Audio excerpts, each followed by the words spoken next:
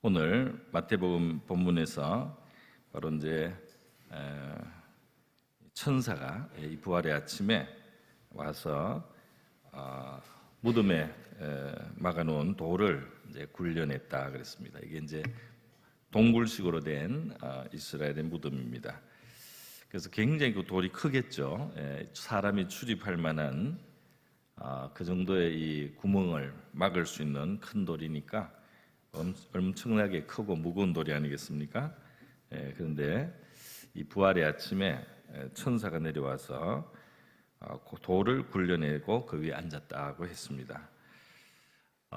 우리 부활의 본문에 대해서 이 복음서를 보면은 예수님은 제자들이 문을 다 끌어 잠그고 그 당시 이제 예수님이 돌아가셨고 이제 어떤 핍박을 받으신 거기 때문에 제자들이 두려워해서 제자들도 빗장을 다 집에 걸어 잠그고 좀 숨어 있었습니다. 그런데 예수님이 호련히 그 제자들 사이에 나타나신 거예요. 다시 말해서 예수님은 만질 수도 있었습니다. 만질 수도 있고 제자들 앞에서 음식을 드시기까지 했는데 그럼에도 불구하고 이 영원한 영광의 그 부활의 몸은 지금 우리 몸보다 훨씬 더 차원이 높아요. 그래서 이런 물질 세계에 이런 제약을 받지 않습니다. 그래서 빗장이 다 걸려 있는 문을 다 닫은 집에 문을 통과하지 않고 그냥 들어오실 수가 있는 거예요. 그냥 그곳에 임하실 수가 있다 이 말입니다. 그런데 이 예수님의 무덤에 돌을 치운 것은 예수님이 무덤에서 나오는데 이 돌이 막혀 있으면 못 나오기 때문이 아닙니다. 이 예수님은 이 돌을 굴려낼 필요가 없어요. 그냥 바로 통과해서 그냥 나올 수가 있어요. 그런데 천사가 와서 이 돌을 굴린 이유는 빈 무덤을 증거하게 한 겁니다. 할렐루야. 우리를 위해서 굴린 거예요. 예수님을 위해서 굴려낸 것이 아니고 무덤이 비었다는 것을 온 세계에 보여주기 위해서 그 돌 문을 이제 굴려내신 것입니다.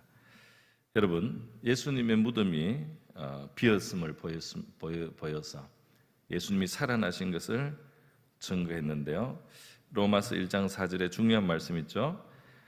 성결의 영으로는 죽은 자들 가운데 부활하사 능력으로 하나님의 아들로 선포되셨으니 그랬어요.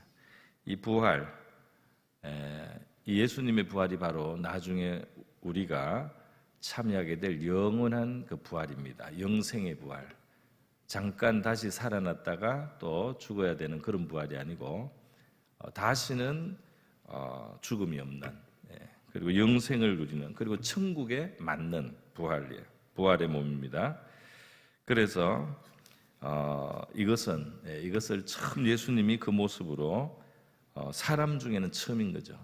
인간의 모습을 하고는 처음 그 부활의 몸을 입으신 것이 바로 예수님인데 그 부활하사 능력으로서 하나님의 아들로 선포되셨다. 예수님이 진실로 하나님의 아들이라는 사실이 그의 이 부활의 몸을 보고 확인이 된 것입니다. 그래서 여기서 이제 모든 것이 설명이 되기 시작합니다. 설명이 돼요. 하나님의 아들이 왜 십자가에 죽었을까? 이렇게 죽음이 가둘 수 없는 그분이 왜 십자가에서 그렇게 죄인처럼 죽으셨을까? 여기에 이제 모든 비밀이 풀리게 되는 것입니다. 여러분, 예수님께서 바로 이 아리마대 요셉 부자의 무덤에 묻힐 것까지 다 예언된 것이죠. 그의 영혼을 속건 제물로 하나님 앞에 드릴 것이고, 그러나 그의 날은 길 것이요 그의 손으로 여호와께서 기뻐하시는 뜻을 성취하리로다. 그래서 이 이사야 53장에 오실 메시아가 고난을 많이 받으실 뿐 아니라 죽고 무덤에 들어간까지 다 예언이 됐어요. 그런데 죽고 무덤에 들어가시는 것까지 돼 있고 영혼을 속건 제물로 드리는 것까지 다 돼 있는데 뒤에 보면 그가 자기의 씨를 보게 된다. 살아 있어야지 보죠. 살아 있어야지 그 영적인 열매를 볼 수 있을 텐데 분명히 죽었다고 했다가 그의 씨를 보게 된다. 그리고 만족하게 여기실 것이다. 자기 영혼에 수고한 것을 보고 만족하게 여기실 것이다. 이런 말씀이 여기 다 나옵니다. 죽고 나면은 자기가 다음에 무슨 일이 일어났는지, 자기 죽음을 통해서 무슨 일이 일어났는지 알 수가 없을 텐데, 이사야 53장은 바로 메시아가 오셔서 희생으로 죽으실 것까지 표현을 하고는 그가 그것을 보고 즐거워하고 기뻐하고 만족할 것이라는 말씀까지 이렇게 다 했어요. 그러니까 이사야 53장도 벌써 부활을 그 안에 담고 있다고 말할 수가 있겠습니다. 여러분, 이 예수님의 부활 때 지금 이 천사가 나와가지고 그 돌을 굴려내고 그 위에 앉았는데 그 무덤을 지키던 이제 로마 아마 병정이겠죠. 이런 병정 군인들이 예수님의 지금 이 돌을 굴려낸 천사 앞에서 얼마나 두려워하고 떨고 죽은 사람같이 되었다, 이렇게 표현을 함으로써 이 천사의 위엄을 표현했습니다. 이제 천사가 위엄을 가지고 나타나면 이렇게 되는 거죠. 특별히 이 천사는 또 어떤 그런 특징을 가진 천사인 것 같습니다. 그런데 이 천사는 이름이 없어요.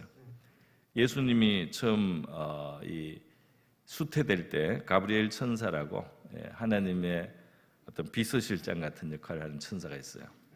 가브리엘이 왔을 때는 이름이 기록이 되어 있습니다. 나는 가브리엘이라고 말하고요. 그런데 지금 이 예수님의 무덤을 굴리는 이 천사는 이름 없는 천사예요. 이름이 없는 이 돌을 굴려내는 일을 하고 또 이 부활의 첫 소식을 전해주는 일을 한 이 천사, 물론 중요한 일을 했지만 이름이 없습니다. 그러니까 이름 없는 한 천사가 가지고 있는 이 위엄과 영광이 굉장히 크다는 겁니다. 평범한 것 같은 이 한 천사도 그의 영광과 위엄이 이렇게 감춰지지 않는다면 사람들은 그 앞에서 무서워하고 떨고 죽은 것처럼 될 만큼 그 위엄과 그 영광이 크다 이 말이죠. 그러면 바로 이 천사는 그 무덤에 돌을 굴리는 하고 섬김을 위해서 왔는데 그 예수님을 섬기는 천사 중에 하나입니다. 그 천사 중에 하나, 이름 없는 천사의 영광이 이만큼 크다면 이 천사의 섬김을 받으시는 그분은 얼마나 크신 분입니까? 그분의 무덤에 돌을 굴리는 일을 하러 온 이 천사의 위엄과 영광이 사람들을 죽은 것처럼 만드는 거예요. 그게 뭐 칼을 들고 창을 들고 무장을 하고 있었던 사람들이 그런 게 아무 소용이 없습니다. 그런 인간의 무장과 이 무력과 이 힘, 이런 게 아무 소용이 없어요. 이 천사의 그 영광과 위엄 앞에는 바로 죽은 것처럼 땅에 쓰러지고 엎드러지는 거예요. 뜨는 거예요. 그렇다면 이 천사의 섬김을 받으시는 그분은 얼마나 크신 분이며 그분의 영광과 위엄은 얼마나 크시겠습니까? 할렐루야. 그분이 죽으셨던 거예요. 여러분, 이 부활의 아침에 우리가 찬양하고 또 기념하고 또 평소에도 예비한 그분이 얼마나 크신 분인가에 대해서 우리가 한번 생각해 볼 수 있는 시간 되기를 바랍니다. 얼마나 그분은 위엄이 크신 분인가, 그분의 영광은 얼마나 크신 분인가, 우리가 섬기는, 우리가 부르는 그 이름은 얼마나 크신 분의 이름인가, 그것을 우리가 이 아침에 생각해 볼 수 있겠습니다. 여러분, 그러므로 이분의 죽음은 말이죠, 비록 못 박히는 이 끔찍한 이 죽음, 그것이 보기에는 무력한 죽음 같지만은 그분이 스스로 죽을 것을 작정하지 않으셨다면 절대로 죽을 수 없는 분이었다는 사실을 우리가 알아야 하는 것입니다. 죄인들은 그분을 접근해서 그분을 해칠 수 있다는 것은 상상할 수 없는 일이에요. 이 지금 무장을 한 병정이 갑자기 천사 앞에서 죽은 것처럼 되는 것을 보십시오. 예수님의 위엄과 영광을 그대로 나타내신다면 누가 예수님 근처에 설 수 있겠습니까? 누가 예수님에게 정말 가까이 다가가고 정말 그 머리털 하나라도 상할 수가 있겠어요? 그 예수님은 바로 그 죽음을, 그 십자가 형벌을 스스로 취하신 것입니다. 할렐루야. 요한복음 10장에서 예수님 미리 말씀하셨어요. 내게서 빼앗는 자가 있는 것이 아니라 내가 스스로 내 생명을 버리노라. 나는 버릴 권세도 있고 다시 얻을 권세도 있으니 이 계명, 이 명령은 내 아버지에게서 받았노라. 할렐루야. 그러니까 예수님의 그 죽음은 겉으로 보기에는 힘없는 사람이 당하는 죽음처럼 보이지만 사실은 그게 아니었다는 거예요. 내가 내 목숨을 버리는 것은 그것을 내가 다시 얻기 위함이니 이로 말미암아 아버지께서 나를 사랑하시느니라. 할렐루야. 예수님이 자기의 영광과 그 위엄과 존귀를 내려놓고 아버지의 뜻을 따라서 자기의 목숨을 일시 버리는 것, 이것이 아버지가 나를 더 사랑하시는 바로 그 이유가 된다고 예수님이 말씀하고 있습니다. 정말 사망에 매이실 수 없는 분이 사망에 들어가신 것이죠. 오늘 그래서 우리는 이 부활의 아침, 우리가 섬기고 있는 그분이 얼마나 위대한 분이신지를 기억하는 그런 시간 될 수 있기를 바랍니다. 그런데 이분이 이제 그 여자들을 만나고 하는 그 일성 첫 말씀이 뭡니까? 만나 이르시되 9절에 보니까 평안하냐 그랬어요. 할렐루야. 이렇게 크고 강한 힘 있는 분이 우리에게 평안을 주시기를 원하는 겁니다. 할렐루야. 우리의 평안을 물으시는 거예요.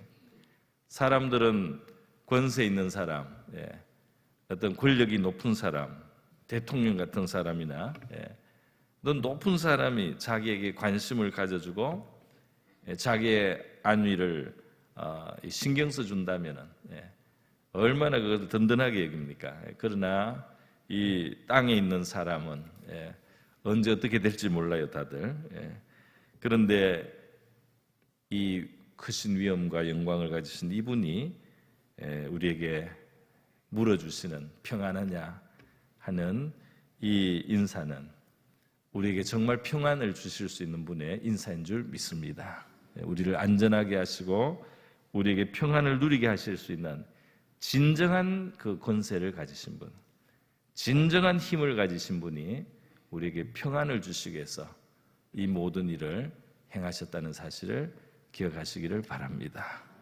이렇게 큰 권세의 주님이 주시고자 하는 그 평안을 누리는 우리 믿음의 삶이 될 수 있기를 주님의 이름으로 축원합니다.